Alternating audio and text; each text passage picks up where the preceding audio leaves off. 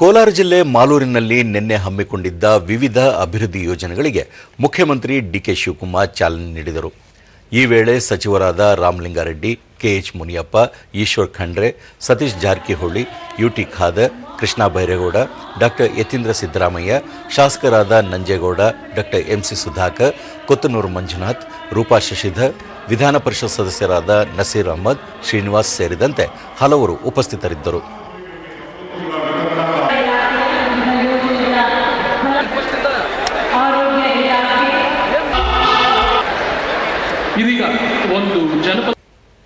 ಬಳಿಕ ಮುಖ್ಯಮಂತ್ರಿ ಡಿಕೆ ಶಿವಕುಮಾರ್ 2027ರ ಅಂತ್ಯಕ್ಕೆ ಕೋಲಾರ ಮತ್ತು ಚಿಕ್ಕಬಳ್ಳಾಪುರಕ್ಕೆ ಎತ್ತಿನಹೊಳೆ ನೀರು ಹರಿಸುವುದು ಸರ್ಕಾರದ ಸಂಕಲ್ಪವಾಗಿದೆ.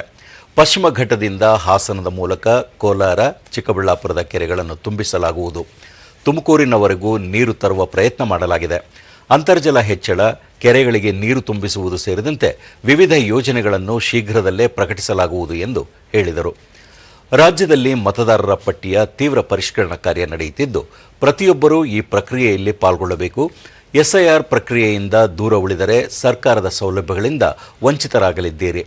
ಈ ಹಿನ್ನೆಲೆಯಲ್ಲಿ ಸಂವಿಧಾನಾತ್ಮಕ ಹಕ್ಕು ಉಳಿಸಿಕೊಳ್ಳಿ.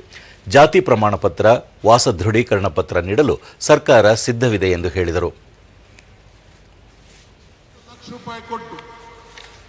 1,000 ಕೋಟಿ ರೂಪಾಯಿಯನ್ನ ಮೀಸಲಾತಿಯನ್ನ ಮಾಡಿದ್ದೇವೆ. ಕೃಷ್ಣ ಬೈರೇಗೌಡ, ಕೋಲಾರ ಜಿಲ್ಲೆ ಕುಡಿಯುವ ನೀರಿನ ಸಮಸ್ಯೆ ಎದುರಿಸುತ್ತಿದ್ದು, ಮುಂದಿನ 2 ವರ್ಷಗಳಲ್ಲಿ ಎತ್ತಿನಹೊಳೆ ನೀರನ್ನು ಪೂರೈಸಲು ಕ್ರಮ ಕೈಗೊಳ್ಳಲಾಗುವುದು.